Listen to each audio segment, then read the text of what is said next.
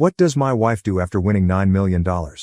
She kicks me out of the house and files for divorce. The money changed her, blurred her mind so much that she forgot about the prenup agreement. I, 35, male, come from a simple background. My parents live in a quiet suburb, and I grew up in a small 3-bedroom house that always smelled like fresh laundry and home-cooked meals. After high school, I took a series of odd jobs. Bartending, helping at my uncle's hardware store, eventually managing a local sporting goods shop. It wasn't glamorous, but it was honest. My wife, on the other hand, came from a world I'd never experienced. Her parents owned multiple properties, drove fancy cars, and hosted large, ostentatious parties a few times a year. Let's call my father-in-law Phil, and my mother-in-law Mil. Mil was a tall, imposing figure, socially and physically exuding a quiet dominance in any room. He'd make casual remarks that were more like veiled threats or manipulations. Mil was similarly skilled at subtle disapproval. Just one raised eyebrow could make people shrink. They were never overtly cruel in front of me, but I felt their disapproval lurking beneath polite conversation. After my wife and I got engaged, I realized how much her parents feared outsiders nabbing their family assets. They looked at me like an intruder, despite the fact that my wife and I had been dating for years. Before we could set a wedding day, my FIL demanded I sign a prenuptial agreement. I didn't have the finances to fight it legally, and I was too blinded by love.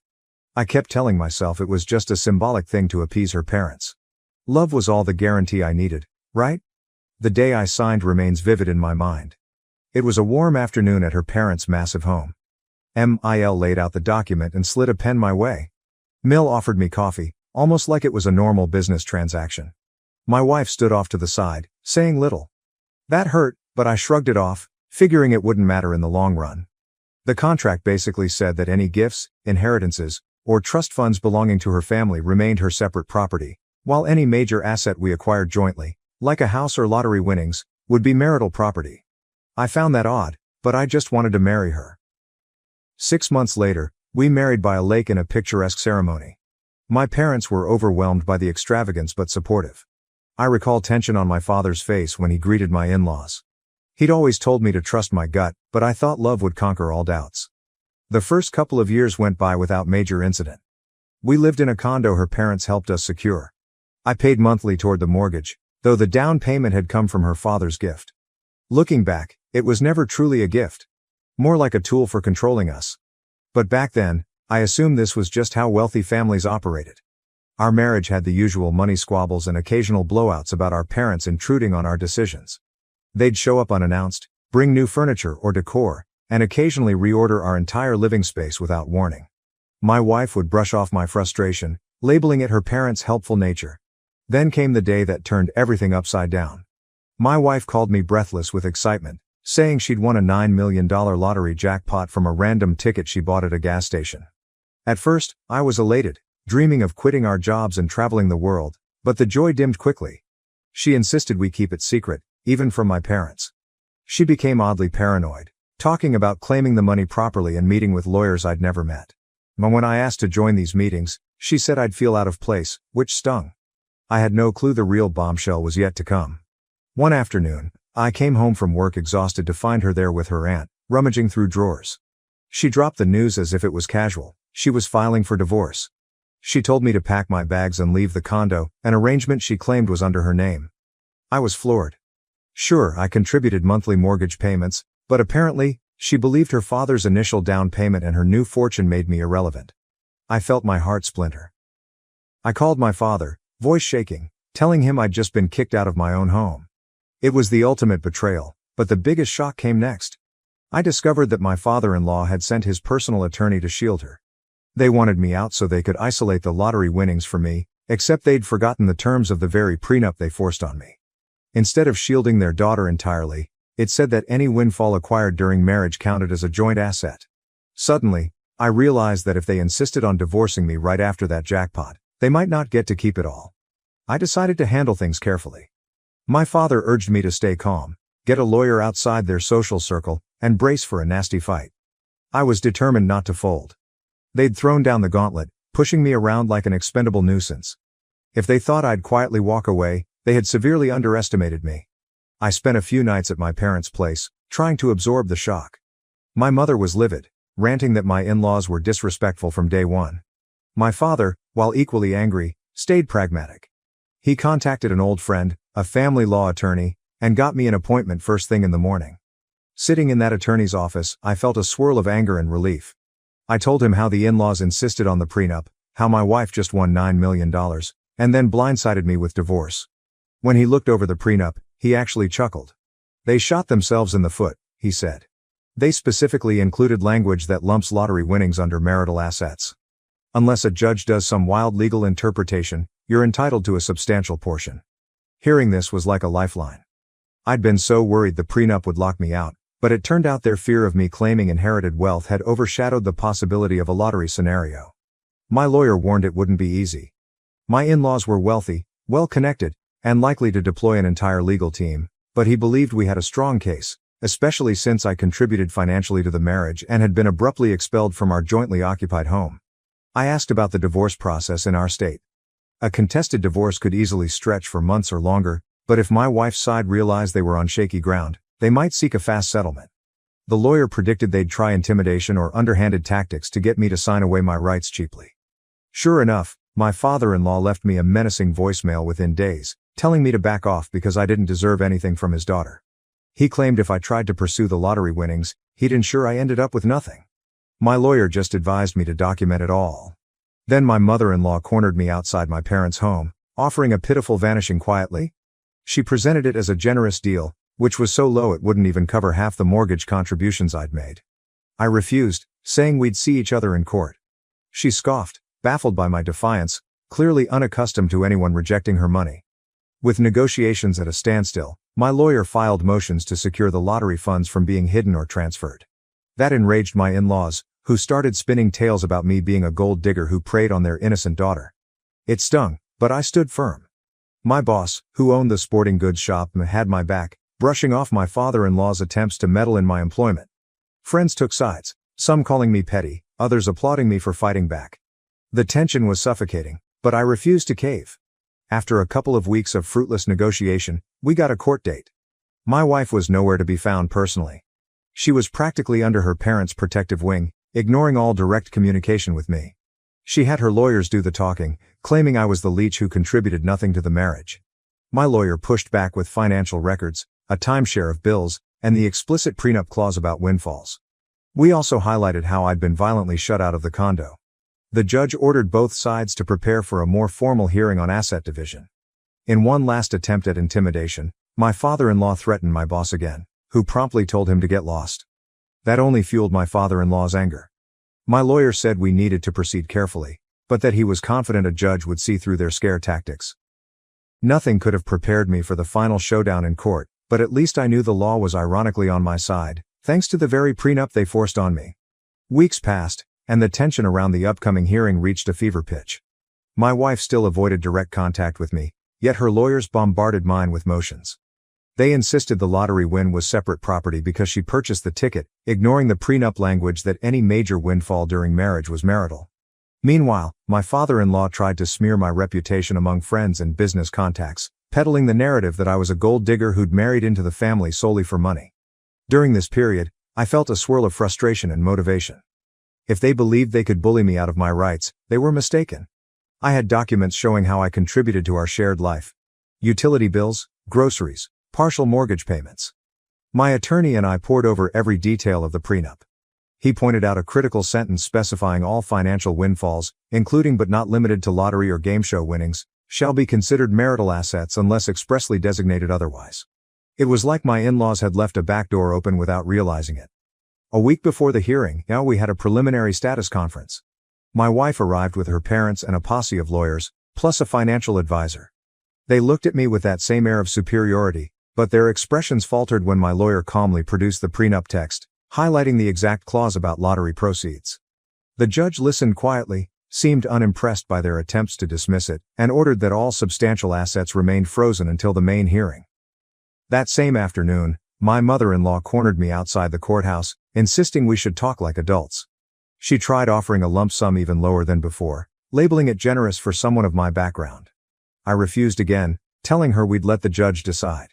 She snapped that I was destroying the family, as if I were the one who blindsided her daughter with a divorce. The hypocrisy made my blood boil, but I kept my cool. My lawyer had warned me not to engage in heated exchanges that could be twisted against me later. Behind the scenes, I was worried my in-laws might try to stash the lottery winnings in secret accounts. My lawyer, anticipating that possibility, requested court orders preventing any large transfers. We also arranged to have a forensic accountant ready if we suspected them of hiding funds. My father-in-law's anger flared. He left me a voicemail calling me a leech, accusing me of draining the love out of his daughter's life. It was rich, considering they were the ones who threw me out right after hitting the jackpot. As the hearing approached, I prepared meticulously with my attorney. We rehearsed my statement, ensuring I'd appear calm and factual in court. I had copies of the prenup, receipts for the mortgage I partially funded, and even texts showing my wife acknowledging our joint bills. The lawyer recommended I keep my answers concise, but let the evidence speak. If they tried emotional theatrics, we'd counter with clear documentation. On the morning of the hearing, I stood in front of the courthouse, heart pounding. My parents accompanied me for moral support, though they waited outside the courtroom. Once proceedings began, stepping in, I saw my wife seated beside her father, both wearing stone-cold expressions. Her mother lingered at the back, arms folded. My father-in-law's lawyers, with their polished suits, looked confident, perhaps believing money and legal muscle could outmatch the facts. The judge, a stern woman in her 50s, wasted no time. She invited each side to present arguments. My wife's lead attorney tried framing me as a minor contributor who'd done little more than occupy the same living space. They argued the lottery purchase was her personal transaction done with her money, but my lawyer calmly pointed out how the prenup explicitly lumped such windfalls into marital property. We also had bank records showing she'd used our joint account card that day. When we introduced that evidence, I saw visible tension ripple through my father-in-law's camp. The judge asked if they had any contrary documentation proving it was her personal funds. They fumbled, claiming the card was accidentally used or that it was her father's deposit in the account, but the statements clearly labeled our names, not hers alone. The judge took note, her gaze shifting to them expectantly. Finally, my wife spoke. She claimed she never wanted to hurt me, that her parents pushed for divorce once the jackpot arrived to protect family assets. She stumbled over her words, admitting she felt pressured, but also tried to justify it as everyone would come after us if they knew about the money. My lawyer asked if she consulted me before making these decisions. She admitted no. The judge's disapproval became palpable. By midday, it was clear the prenuptial agreement was a double-edged sword for them. The very document they'd enforced to isolate their wealth now threatened to place a massive chunk of lottery winnings in my hands. The judge scheduled a subsequent hearing for final decisions, stating she was inclined to treat the lottery as a major marital asset subject to equitable distribution. Outside, my father-in-law walked past me, muttering, "This is far from over," but his confidence was definitely cracked. In the weeks leading up to the final ruling, their desperation escalated. My father-in-law's lawyers tried everything, filing motions to reconsider the prenup's wording, claiming intent hadn't been to include lottery proceeds. The judge denied these motions, pointing to the plain language. My mother-in-law tried cornering me again, warning me I'd regret it if I broke their family. I told her point blank that they'd started this by kicking me out and blindsiding me with divorce. My wife tried reaching out, leaving emotional voicemails saying she didn't want things to end so bitterly, that if we just came to a private arrangement, we could still salvage some relationship. I'd have considered it if they treated me fairly from the start, but after the intimidation, the lies, and the forced eviction, my trust was gone. My lawyer advised me not to engage in these back-channel talks. We had a strong legal position, no reason to settle for crumbs. Finally, the day of the final hearing arrived. The courtroom was packed with attorneys for both sides. My father, mother, and a few friends came to support me, seated quietly in the back. The judge took the bench, reviewed the updated filings, and allowed final statements.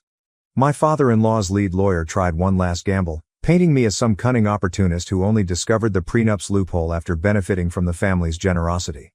My lawyer countered with the straightforward facts. 1. They forced me to sign the prenup. 2. It explicitly included lottery or any windfall as shared property. And 3. My father-in-law financed part of our condo, yet I contributed monthly, so it wasn't a purely separate asset either.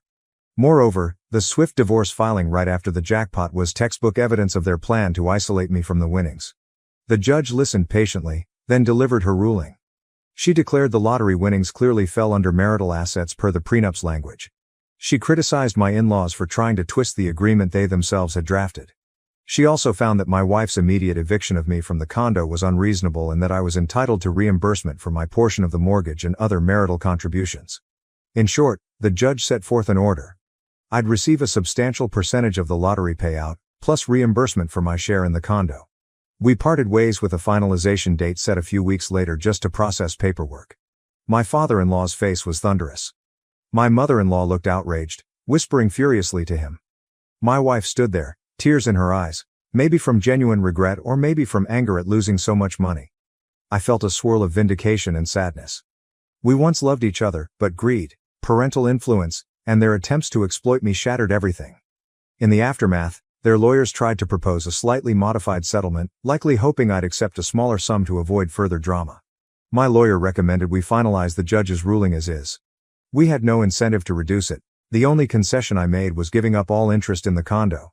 I never wanted to set foot in that place again. They cut me a check for an impressive sum. Was it half the jackpot? Not exactly, but it was big enough to let me rebuild my life comfortably. Throughout it all, I realized that my in-laws, in their arrogance, believed wealth insulated them from consequences. They didn't expect me to fight back. Effectively, the prenuptial agreement they insisted on ironically became the very instrument that secured my share of the winnings. Poetic justice, if ever there was. My wife, as far as I know, remains under her parents' wing. She's lost face in her social circle for the fiasco that erupted. Some mutual acquaintances told me she's struggling with guilt, but I doubt she'll ever openly admit her family's role in orchestrating this. I used part of the settlement to help my parents upgrade their home as gratitude for standing by me. Another portion I invested, and though the entire ordeal left me scarred, changing how I view trust, marriage, and money, I take comfort in knowing I stood my ground. I refused to be bullied into accepting table scraps. While it was excruciatingly painful, the final outcome felt like a triumph over tyranny. Now free from my in-laws' manipulative grasp, I'm moving forward. I've returned to a simpler life, ironically reminiscent of my pre-marriage days, but I'm stronger, wiser, and not at all the naive man they assumed they could steamroll. If they recall anything about me, let it be that they inadvertently gave me the legal weapon to ensure I wasn't left penniless. They started the war. I finished it. And that's the end of this chapter.